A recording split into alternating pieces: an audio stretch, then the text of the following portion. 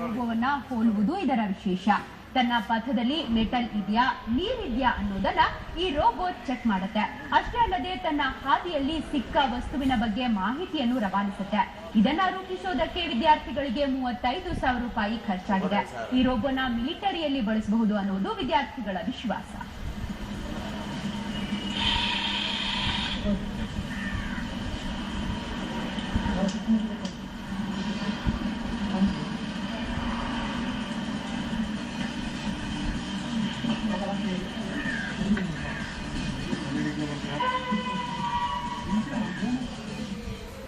ನಮಗೆ academic wise ಆಗಿ last project submit ಮಾಡಬೇಕಿದೆ.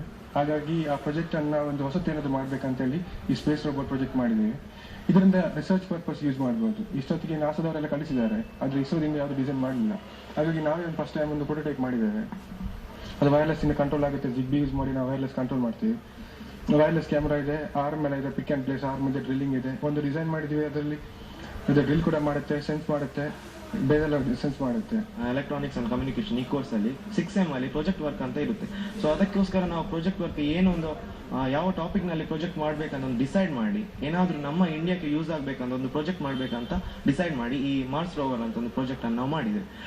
ಇದರ ಮೇನ್ ಉದ್ದೇಶ ಏನಂದ್ರೆ, ಈಗ ನಾಸಾದವರು ಮಾರ್ಸ್ ರೋವರ್ ಇದ್ದು ಒಂದು ಅವರೇನು ಮಾಡಿ ಕಳಿಸಿದ್ದಾರೆ ಮಾರ್ಸಿಗೆ. ಇಂಡಿಯಾದಿಂದ ಇನ್ನು ಮಾರ್ಸ್ ಅಂದ್ರೆ ಮಂಗಳ ಗ್ರಹಕ್ಕೆ ಯಾವುದೇ ಒಂದು ಸ್ಪೇಸ್ ವೆಹಿಕಲ್ ಅನ್ನ ಕಳಿಸಲಿಲ್ಲ. ಇಸ್ರೋದವರು ಓನ್ಲಿ ಚಂದ್ರಯಾನ ಅಂತ ಚಂದ್ರಲೋಕಕ್ಕೆ ಮಾತ್ರ ಕಳಿಸಿದ್ದಾರೆ. ಸೊ ಅದನ್ನು ಆ ಒಂದು ಮಾರ್ಸ್ ನಾಸಾದವರು ಏನ್ ಮಾಡಿದ್ದಾರೆ ಅದರದ್ದು ಒಂದು ಸ್ಫೂರ್ತಿ ಇಟ್ಕೊಂಡು ಅದಕ್ಕೆ ಕೆಲವು ಎಕ್ಸ್ಟ್ರಾ ಫೀಚರ್ಸ್ ಎಲ್ಲ ನಾವು ಅಡಾಪ್ಟ್ ಮಾಡಿ ಈ ಒಂದು ನಾವು ಮಾರ್ಸ್ ರೋವರ್ ಅನ್ನ ಇದನ್ನು ತಯಾರಿ ಮಾಡಿದ್ದೇವೆ.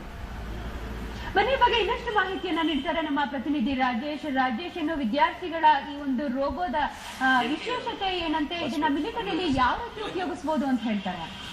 ಹೇಮ, ಇದು ನಿಜವಾಗಿ ಒಂದು ವಿದ್ಯಾರ್ಥಿಗಳ ಸಾಧನೆ ಅಂತ ಹೇಳ್ಬೋದು. ಯಾಕಂದ್ರೆ ಈಗ ಈ ಆವಿಷ್ಕಾರ ಮಾಡೋದ್ರಲ್ಲಿ ಭಾರತೀಯರು ಹೆಚ್ಚಿನ ಕೈ ಇರುವಂತದ್ದು, ಹೆಚ್ಚಿನ ವಿಜ್ಞಾನಿಗಳು ಕೂಡ ಭಾರತೀಯರಾಗಿದ್ದಾರೆ. ಆದ್ರೆ ಈ ಒಂದು ವಿದ್ಯಾರ್ಥಿಗಳು ಈ ಮುಂದಿನ ನಾವು ಭವಿಷ್ಯದ ಒಂದು ವಿಜ್ಞಾನಿಗಳನ್ನ ಸಾಬೀತುಪಡಿಸಿದ್ದಾರೆ. ಇವರು ಈ ಒಂದು ಏನು ನಾಸಕ್ಕೆ ಒಂದು ಕಾಂಪಿಟೇಷನ್ ಮಾಡುವಂತ ರೀತಿಯಲ್ಲಿ ಈ ಒಂದು ರೋಬೋವನ್ನು ತಯಾರಿಸಿದ್ದಾರೆ. ಈ ರೋಬೋ ಏನಿದೆ, ಈ ರೋಬೋ ಮಂಗಳ ಗ್ರಹಕ್ಕೆ ಕಳಿಸಿದಲ್ಲಿ ಅಲ್ಲಿಂದಲೇ ನೇರವಾಗಿ ನಾವು ಒಂದು ಮೆಟಲ್ ಡಿಟೆಕ್ಟ್ ಮಾಡುವಂತ ಇರ್ಬೋದು, ವಾಟರ್ ಡಿಟೆಕ್ಟ್ ಮಾಡುವಂತದ್ದು, ಅದನ್ನ ಮಾಡಿ ಇಲ್ಲಿ ಏನು ಭೂಮಿಗೆ ಕಳಿಸುವಂತ ಒಂದು ತಂತ್ರಜ್ಞಾನವನ್ನು ಅದರಲ್ಲಿ ಅಳವಡಿಸಿಕೊಂಡಿದ್ದಾರೆ. ಈಗಾಗಲೇ ನಾಸಾದವರು ಏನು ಮಂಗಳ ಗ್ರಹಕ್ಕೆ ಕಳಿಸಿದರೆ ಅದು ಇದುವರೆಗೂ ಕೂಡ ಅಲ್ಲಿ ಯಾವುದೇ ಒಂದು ಪೂರಕವಾದಂತಹ ಪ್ರತಿಕ್ರಿಯೆ ಒಂದು ಮನುಷ್ಯನ ಜೀವನಕ್ಕೆ ಅಲ್ಲಿ ಏನು ಸಾಧ್ಯತೆ ಇದೆ ಅಂತ ಒಂದು ಯಾವುದು ಕೂಡ ಇನ್ನು ಪತ್ತೆ ಆಗಿಲ್ಲ. ಅದಕ್ಕಿಂತ ಮುಂದುವರಿದ ತಂತ್ರಜ್ಞಾನದ ಒಂದು ಮಾಡೆಲ್ ಅನ್ನಾಗಿ ಇದನ್ನು ರೂಪಿಸಿದ್ದಾರೆ. ಇದು ಒಂದು ಹೆಚ್ಚಿನ ತಂತ್ರಜ್ಞಾನವನ್ನು ಬಳಸಿಕೊಂಡು ಇದನ್ನು ಇನ್ನಷ್ಟು ಒಂದು ಅಭಿವೃದ್ಧಿಪಡಿಸಿದರೆ ಖಂಡಿತವಾಗಿ ಭಾರತವೇ ಒಂದು ಈ ಒಂದು ಏನು ಮಂಗಳ ಗ್ರಹದಲ್ಲಿ ನೀರಿದೆ ಅಥವಾ ಮನುಷ್ಯನ ವಾಸಕ್ಕೆ ಯೋಗ್ಯವಾಗಿದೆ ಅಂತ ಒಂದು ಕಂಡುಹಿಡಿಯ ಸಾಧ್ಯತೆ ಇದೆ ಅಂತ ಹೇಳುವಂಥದ್ದು ಇವರ ಒಂದು ಅಭಿಪ್ರಾಯ. ಈಗಾಗಲೇ ಏನು ಚಂದ್ರ ಗ್ರಹದಲ್ಲಿ ನೀರಿದೆ ಅಂತ ಹೇಳೋದನ್ನು ಕೂಡ ಭಾರತವೇ ಒಂದು ಕಂಡುಹಿಡಿದ್ರೆ ಈ ಮಂಗಳ ಗ್ರಹದ ಅಧ್ಯಯನದಲ್ಲಿ ಕೂಡ ಭಾರತವೇ ಒಂದು ಮುಂದುವರಿದ ರಾಷ್ಟ್ರ ಆಗಿ ಅದೇ ಒಂದು ಅಧ್ಯಯನ ಮಾಡಿದೆ ಅಂತ ಹೇಳುವಂತ ಒಂದು ಹೆಮ್ಮೆಯನ್ನು ಕೀರ್ತಿಯನ್ನು ಕೂಡ ಭಾರತಕ್ಕೆ ತರಬೇಕು ಅನ್ನೋ ಒಂದು ಇವರೊಂದು ಆಸೆ ಆಗಿದೆ. ಇದನ್ನ ಇನ್ನಷ್ಟು ಇದರಲ್ಲಿ ಒಂದು ಸ್ವಲ್ಪ ಬದಲಾವಣೆಗಳನ್ನು ಮಾಡಿದ್ರೆ ಮಿಲಿಟರಿಯಲ್ಲಿ ಕೂಡ ಇದನ್ನ ಯೂಸ್ ಮಾಡಿದ್ದಾರೆ. ಬಾಂಬ್ ಡಿಟೆಕ್ಟರ್ ಅನ್ನಾಗಿ ಮಾಡಿಕೊಂಡು ಏನು ಇನ್ನಷ್ಟು ಸಣ್ಣ ಗಾತ್ರದಲ್ಲಿ ಇದನ್ನು ತಯಾರಿಸಿದ್ರೆ ಯಾವುದೇ ಏನು ವಿರೋಧಿ ಪಡೆ ಇರ್ತದೆ ಅವರಿಗೆ ಕಾಣದ ರೀತಿಯಲ್ಲಿ ಈ ಒಂದು ರೋಬೋಟ್ ಕೆಲಸ ಮಾಡ್ತದೆ. ಇದನ್ನ ಏನು ಬಾಂಬ್ ಡಿಟೆಕ್ಟ್ ಮಾಡುವಂಥದ್ದು ಇರ್ಬೋದು ಅಥವಾ ಏನು ಕೆಲವೊಂದು ಕ್ಯಾಮರಾಗಳನ್ನು ಹಿಡನ್ ಕ್ಯಾಮರಾಗಳ ಮೂಲಕ ಅಲ್ಲಿ ನಾವು ಒಂದು ವ್ಯವಸ್ಥೆಗಳನ್ನು ಕಂಡುಹಿಡಿಯುವಂಥದ್ದು ವಿರೋಧಿ ಪಡೆಗಳದ್ದು ಆ ರೀತಿಯ ಒಂದು ತಂತ್ರಜ್ಞಾನ ಕೂಡ ಇದರಲ್ಲಿ ಒಂದು ಅಳವಡಿಸಿಕೊಳ್ಳಲಿಕ್ಕೆ ಸಾಧ್ಯತೆ ಇದೆ.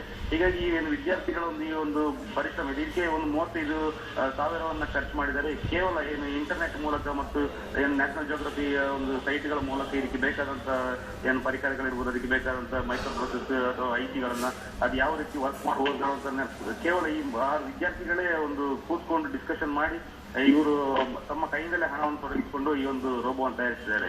ಧನ್ಯವಾದ ರಾಜೇಶ್ ಮಾಹಿತಿಗಾಗಿ.